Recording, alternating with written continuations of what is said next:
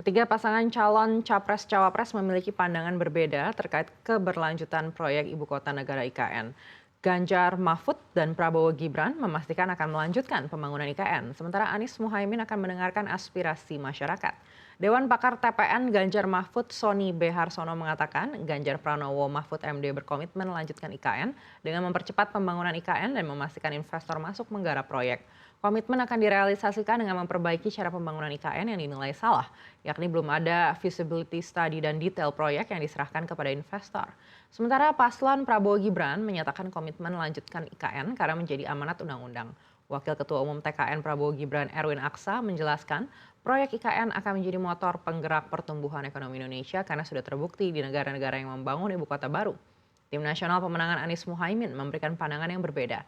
Co-Kapten Timnas Anies Muhaimin Thomas Lembong mengungkapkan kelanjutan proyek IKN perlu mendengar aspirasi dari masyarakat.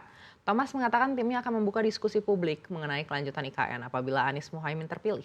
Menurut Thomas, jika niat pembangunan IKN adalah untuk menciptakan pemerataan pembangunan infrastruktur dan ekonomi, maka langkah yang harus dilakukan ialah membangun 14 kota di berbagai semenanjung pulau Indonesia. Dengan pembiayaan dari swasta, bukan pembangunan satu kota besar seperti IKN yang biayanya masih ditanggung APBN. Kalau kita benar-benar serius mengenai pemerataan, ya sebetulnya strategi yang hemat kami tepat adalah kota kecil ditumbuhkan menjadi kota menengah ditumbuhkan menjadi kota besar. Ya, di semenanjung Indonesia, bukan hanya di satu titik. 14 tadi yang Anda sampaikan, Pak. Sekurang-kurangnya 14, ya kan, itu satu.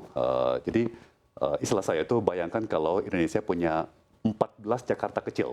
Kalau kita berbicara tentang IKN, semua nih investor di IKN, ini di belakangnya juga ada investor asing. Karena mereka TBK. Mereka juga punya partner asing.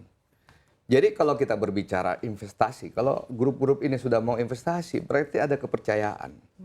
Karena target kita adalah mengejar 1,9 juta penduduk tadi. By 2045. Ya. Kita akan berbicara dengan stakeholders, termasuk Menteri Keuangan dan Bappenas. Bagaimana kita melanjutkan dengan lebih efisien, kita tercapai dengan lebih bagus. Istilahnya itu kalau ekonomi itu kita dengan core yang lebih bagus lah. Core kita ini nanti Profesor tinggi, bisa lebih menjelaskan. Capital output ratio kita ini masih terlalu tinggi. Memprihatinkan. Jadi untuk menghasilkan satu itu kita harus kerja berat, mengeluarkan 100 perak gitu. Padahal untuk membuat satu kita hanya perlu 50 perak.